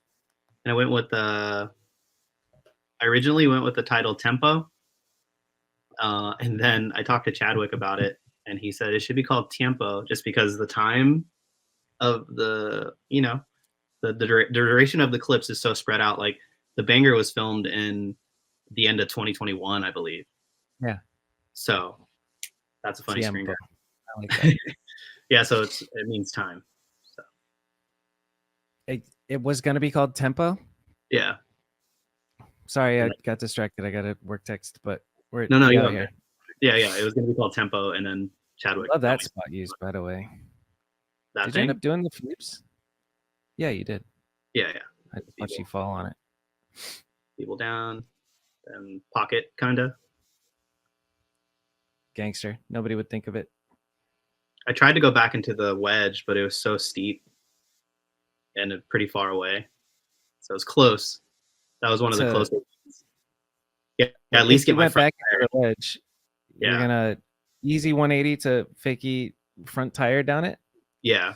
That was the goal, but like I think this was close. Like, I don't know. It looked cool regardless, I think. Yeah. Sure. It was close. It's so fucking hard. This was cool because the rail was broken and you could only grind the first part. That is cool. That's just a spot that's not a spot. I would ride right past that and be like, I hear that a lot. People tell me that a lot. Oh, that was cool. I would have rode past that. Like, manualing that is really cool. I like that a lot. Thanks, dude. Is that you figured out you wanted to do something here and you were like, I could make it align with this thing here? Yeah, exactly. Yeah. Exactly how it went. Because yeah. I think it just works out good that red thing was in front of it. Oh, and there's the invert. Yeah, what's going on here? Over a gap. We had Jerice in the background. Yeah, Jerice was there that day. Omar, Jaron. Just goofing off. Yeah. It's holding him back. I think they were doing foot races or something while I was. Hell yeah. Albert's riding some weird thing again. Damn, dude. Yeah, you can't get much better than that. I think it could be better. More self-critical. I didn't touch my shoulder on that one. It could be better. And then I went to Tokyo. So these clips are from Tokyo. which is wild. So Tokyo has all these like unique pockets of setups like that, and Yeah. that thing was cool. It's wild to think about like the infrastructure of Tokyo and their design and just like the writing on this sign right now is like, what? You know? Yeah. And just like 6 feet to the left of this, there's a drop, like a 8-foot drop into a highway. Wow. Yeah. Huh. So if you Interesting. It looks like you're in like a Central Park area, and then there's a well, big it old is. It's like highway. this big Central Park, and then there's a highway above me, or a train above me, and a highway just to the left of me going down.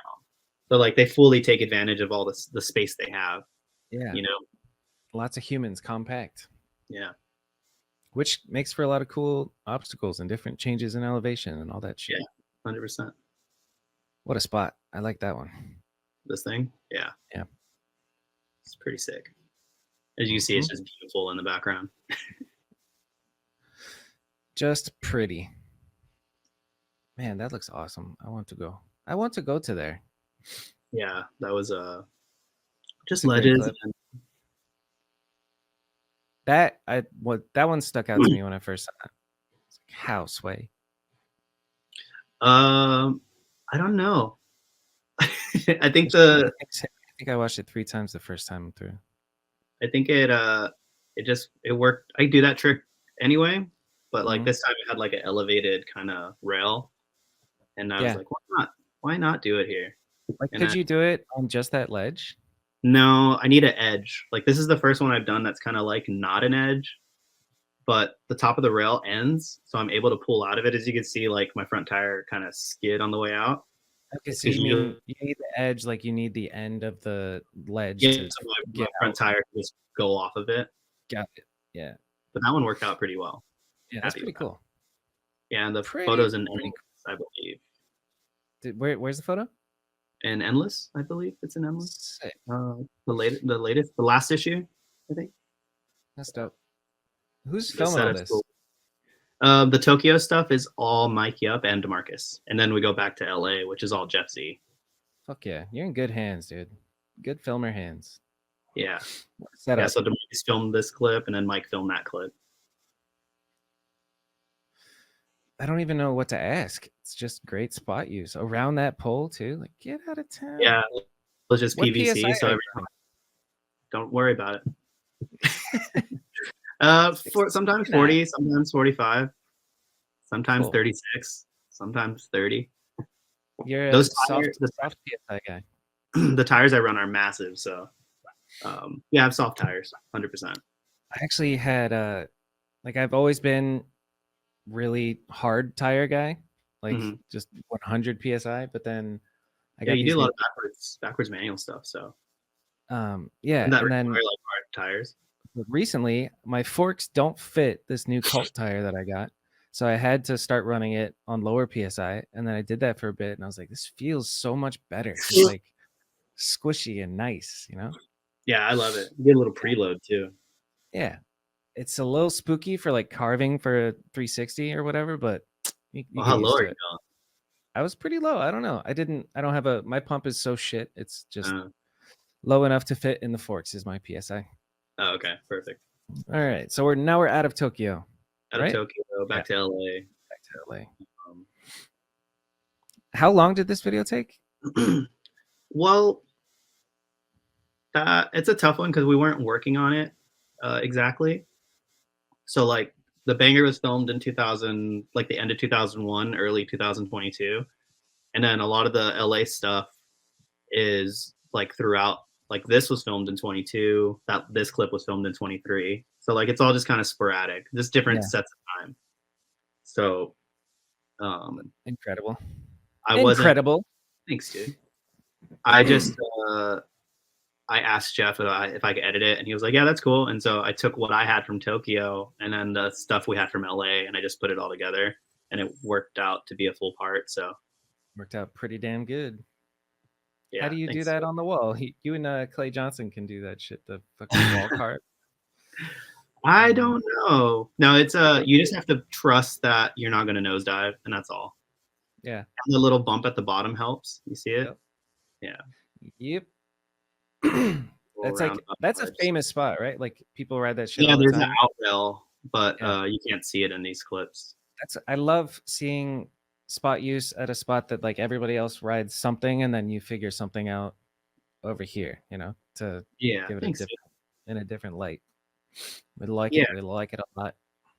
it Signature it box goes pump. back to that, like not searching for that type of style, but like like I said before, I was searching for the stuff that I thought I was supposed to be doing versus Right. like stuff that I like doing. So you go to that spot thinking I'm like thinking about the rail, and so like I'm like, oh, I don't got many rail tricks, so we drove all the way here. Let's see if I can like kind of put something together. Yeah. That's cool. I think a lot of creativity comes from constraints. Like, Absolutely, I think shit, so too. this spot. Let's figure something out. It's pretty cool. Mhm. Like I miss the days when Instagram videos had a 15-second limit. That made it so fun to try and like get creative within those 15 15 seconds. seconds. Yeah, Yeah. that's interesting. Yeah. I don't miss it. I'm glad we have more time, but yeah, you know what I'm saying. Look at Jeff and Parker. Parker. Hi, Jeff and Parker. Tripod. Just balance. That's a difficult one, eh? Yeah, rail Right. ride. How long do you like? What's the longest amount of time so far in this video that a clip took? You know what I mean? Like which clip took the Yeah, longest? I think all this stuff came around pretty quick so far. That Tokyo clip, the tire ride to Fakey wall ride, that actually took a while for It some looked like reason. a tiny rail. Yeah, the rail's so skinny and the tire's so fat. And Yeah, that clip took a while. I just couldn't figure out the tire ride because usually like tire ride on something fatter, you get a little bit of wiggle room to kind of lean into that Fakey wall. yeah, but on that one, So, no wiggle. yeah, no wiggle room. You had to land in tires at the right lean. So Tech stuff that you don't think about when you're watching it. You're just like, oh, tire ride, easy. yeah. This one took a minute to figure out. You can see the rails kind of bent. They're made out. A lot of the rails are made out of like super thin aluminum. There. I can see that. Yeah. This one, I'm surprisingly happened pretty quick. So I can see that being a quicker one for you. only 2 tire marks on the wall. This seems pretty techy. That could take a minute, no? Yeah, that took a while to figure out, just because I wasn't landing in. I couldn't figure out the Predator. Just it was lean. It was a weird lean. So Predator is difficult. I don't like opposite turns. it's fun. It's like a fun trick until you do it on like a normal height rail. Yeah. So like you do this rail all day, but when you do it on like a regular height rail, it's like fuck. This That's is scary. Yeah. Kind of like pegs to hop over. Not scary when you're just doing it on a small rail, but pretty scary on something substantial. Look at that, dude. Rare San Diego. Did you say rare San Diego spot? Yeah, you don't get to ride that often. This one took a while to figure out too, but I want to say I was trying something else, and that was the result. Like I was trying to do a 360 wall ride, like wall ride up and then 3, but it doesn't look like it. But it's such a compact space up there. What do you mean wall ride up and then 3? Like do what I did, but like do like do that, but then cab out. Yeah, cab out of that. Yeah. But it was just so tight up there, so I was happy with that. Yeah, as you should be. Good choice. Being happy with that. You know what you seem? I wanted to say this earlier. You seem stoic. You seem like, you got that call from Jay, and you're just like, okay, well, I'm gonna go ride my bike, and then I just I try not to let my emotions get the better of me, I guess. Yeah, that's stoic as hell. Admirable to be that way. Yeah, it's not all the way to be. It's a of course we all have our moments. Practice. Yeah. So I like that. Yeah, the setup is cool. I ride by that all the time, and I'm like, there's got to be something to do here with this rail. Does your front tire hit the concrete on your way up or no? No. Right to the peg. Hop over. That's awesome. It's like a weird Smith type thing to pegs. Yeah. Cool. Push over. That was phenomenal. Filmed in peak COVID. Really? Yeah. So or not peak COVID, but like 20 This is the one that was 2021. Yeah. Man, I'd be sitting on that too. That's a crazy thing to do on the streets. I hear that. And people are like, it's a ramp trick. It's like, I don't know. I think it's a. I feel That's like the only place I've seen it is like over spines. Like, yeah, I guess. that's awesome, dude. How long did it take you? That one took like, I don't know, like 30, 40 minutes. Because I a couple weeks before that, I did a wall ride hand plant 180 over it. And I was like, damn, a 3 would work really easy. And then I get there and I'm like, oh shit, this isn't easy. But Yeah. do you ever do hand plants? No, never even tried. They're pretty chill. It's just more of a commitment thing. Once you know how to get out of it, it like makes the whole process a little easier. Because I don't know if you can tell, but like I'm pushing really hard with my arm, pushing like as soon as my hand touches, I just push as hard as I can. Yeah. So it's like less of a hop and more of a forearm push. Yeah. You just fall into your arm and then push. Yeah. Falling with style. Or ease into it, because I feel like if you fall, you'd probably fuck up your elbow or something. Yeah, you can get locked out. Yeah. So what about this whole rolling into the wall business?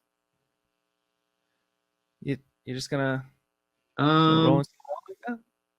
Yeah, I want to ride the sunset. I wasn't sure. Like, I had tried it so many times at that point, and I feel like I under rotated a little bit, and I wasn't sure like mentally. And then I look up and I'm like thinking about it in my head, and I look up and there's a wall there. It's like, okay, I gotta nose press into the wall. I'm just giving you shit. It's, nothing too crazy. Awesome. Well, here's the colors, dude. Yeah, look, dude. Those are bright colors. What was it like designing a complete bike?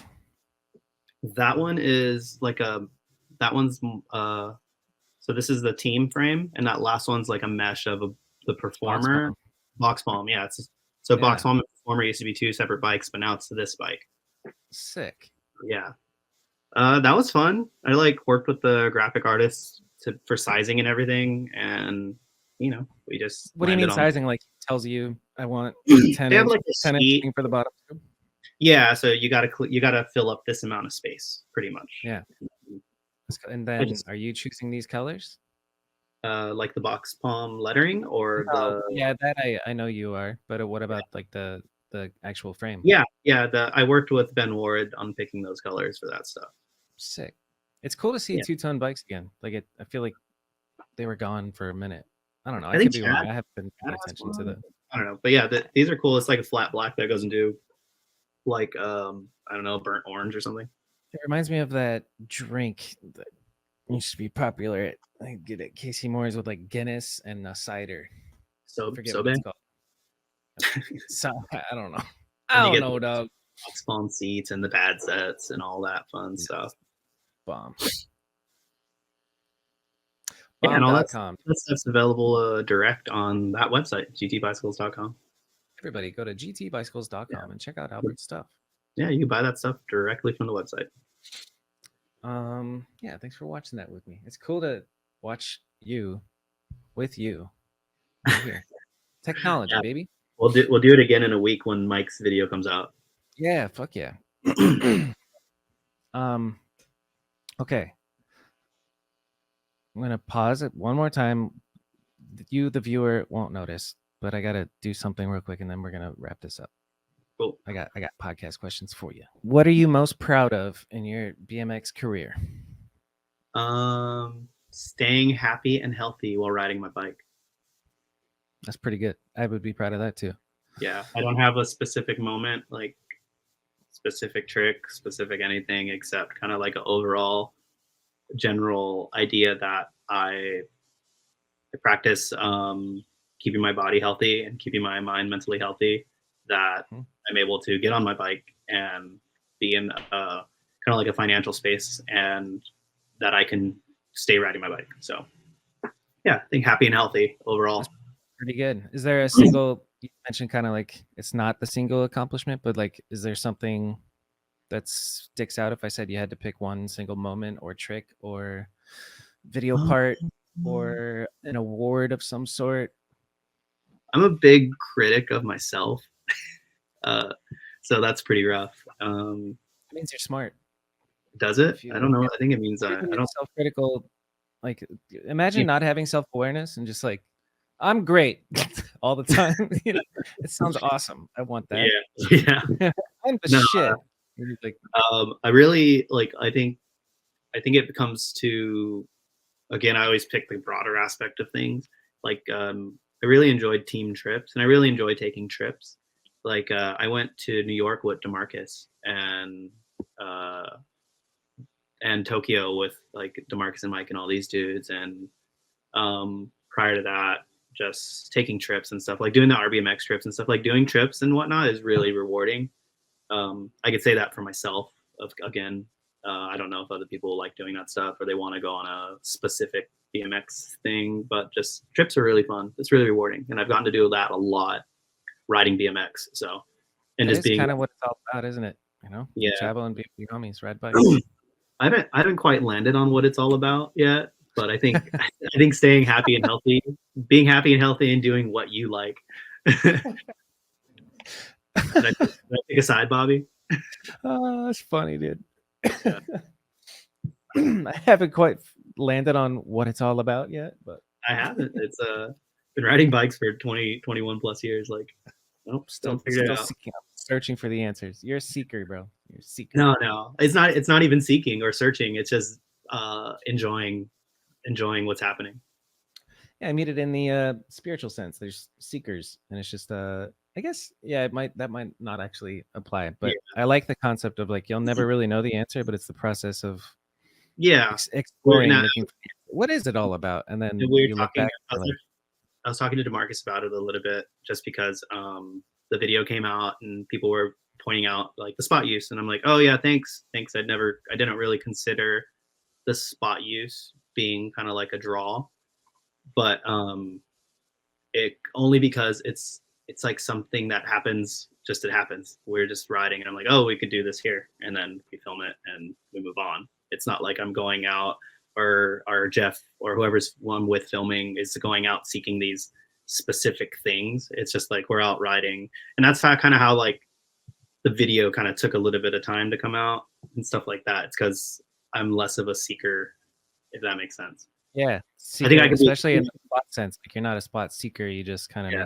make do with what you got, and that's cool yeah. because I could probably do there's better with that. Like I think maybe I could accomplish more if I seek a little more, but I don't know. I don't know. I like what you got going. It's pretty sick. Like Thanks. there is those riders who are like, I want to do a feeble hard 180 bar. Do you have a spot for me? And then Mhm. there's riders like you where it's like, here's here's where we are. Do your thing, and it's pretty cool. Yeah, So works I out. would say you would like because I've asked this before, but there's two different styles of filming, and it's like mission style filming where we're gonna go to this spot, I'm gonna do this thing, or just cruise with all the homies. And Yeah, that's I would put you on cruise with all the homies yeah. side of I feel things. like that's how mediocre at best came about, right?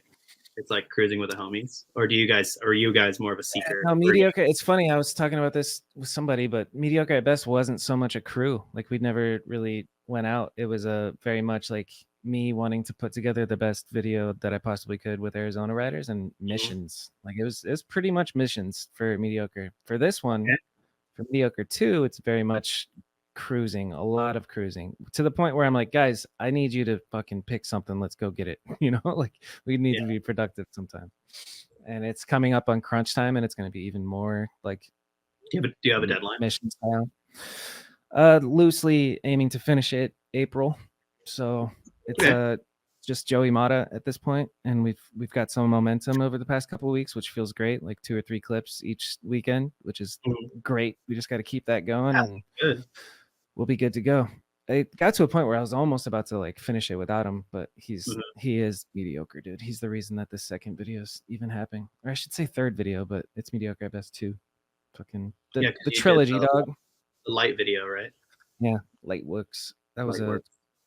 crazy fucking 5 years of just drinking and getting in the van and putting lights on spots for the boys. It was pretty That's fun. cool. It's a cool I idea. was not a biker. I was like, I'm a filmer now. We're just gonna go to spots and have a good time. But now I'm Now, back to being a are biker, you which back feels to doing both? Like I'm more of a bike rider and a filmer. I'm a biker again. It feels cool. This feels like this video, once it's done, I feel like I'll be able to like set other goals in my life. This one is just like the big ass goal in my life right now, and I can't. I'm just gonna get past it. Yeah. But I'm gonna enjoy the journey along the way, brother. Yeah, dude. Get that. That's what it's all about. Filming is fun. I've been doing it more and more the last couple of years. So it's so fun because I don't know that when you nail it, if it's like nothing better. Yeah. When a rider's like taking a while to land something, I'm like, thank you, because I get to practice the filming. Like they said, they're like, sorry, no, in a sense, that's a good thing. And then like skating lines and stuff, I'm just like, I took that on over the last couple months, and it's fun. Like I don't see myself. I'm not the best skater. I skate to the store every now and then, but yeah, skating and filming, it's been interesting. I film a lot of long lens. Like I do those outside videos for Hour, and it's all long lens, like 99% long lens. So it's easy. You don't have to. I mean, they're both filming is easy, but damn, conceited, huh? Filming's just kind of my thing. I'm not the shit, and it's easy. I think if you do anything for 20 years, it gets easy. Damn, 18 years. 20-year filmer. 18 years of filming. Is that on your resume? 12 years of making a living from filming. That's pretty cool. That's pretty cool. Yeah. Boy, I ain't got no resume. People are like, are you a professional videographer on Instagram or whatever? And I'm like, what? I should probably like put some of my work shit on there so that I could show people, but I downplay everything, kind of like you. Like it's just like I do hear those dings. Okay. Oh, that's because you don't have your headphones in. Whatever. Yeah. That's mic you up, of course. Okay. So we're coming to an end here. Let's see. Proudest, cool, scariest. What's the scariest thing you've done on your bike? Recently? Shit. Just all time. All time? Mm-hmm. Sorry, the dings. I don't know how to shut this off. I'm just going to close iMessage really quick. Cool. No more dings. Scariest. I used to do a lot of cavemans off big shit. I think that was like peak scariness for me. Yeah. Did you do Tucson? That big ass one, I tried it. Yeah, okay, that's what I'm thinking of. I tried it and jackknifed. Like what's jackknifing? So the bottom of the bank was really steep.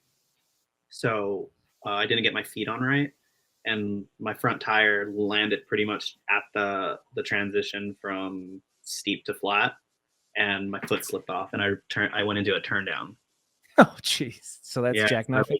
Jackknife, yeah. It's when your front end just twists. Like a diesel. Like that. It's a diesel, like when a diesel jackknifes on the highway.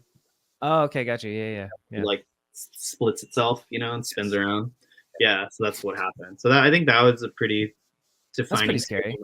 Like, it also was a turn, and I think not that was the turn, but I was like, I gotta stop finding the biggest shit to caveman off of. If that makes sense at all. Because that sucked. Yeah, that's a scary trick, dude.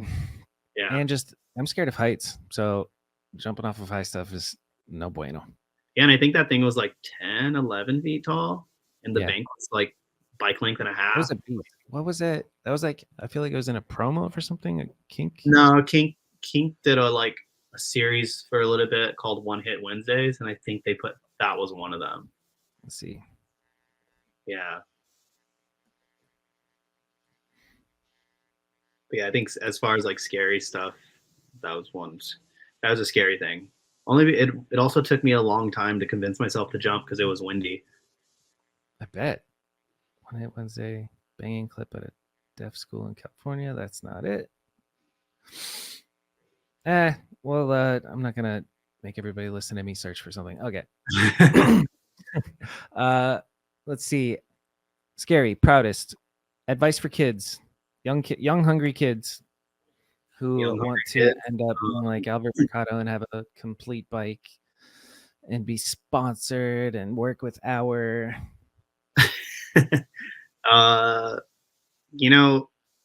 Sponsor tapes, it's not an outlandish idea. I know a lot of people get looked down upon for wanting to be pro. It's like, or or want the idea that seeking being pro is kind of lame. I don't know if I feel like that's fallen off. You know, I know when we were growing up, it was looked down upon because we're in the same age group ish, right? Yeah. Yeah. Looking for sponsors was like a bad thing, and I think that's that. I think I shot myself in the foot a lot of years believing that. Right. So I think, yeah, if you want sponsors, if you want to be involved, involve yourself. Send the emails to the brands, send them sponsor me tapes. Like, you're not bugging people. Just reach out and shoot your shot. And a no is not a definitive decision. A no is, you know, look at it a different way, work a different angle. You know, just keep pushing and seek. If you want that, just keep seeking it. Fuck yeah.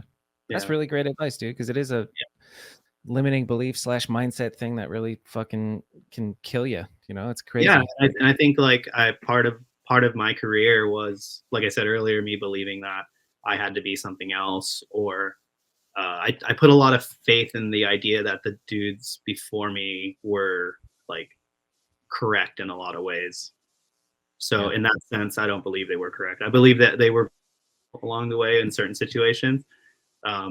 But that was something I didn't realize till later, was like, that was really damning to my BMX career, was not seeking and just kind of like waiting, you know. For real. I mean, I was not doing everything you can to like avoid being cringe or whatever.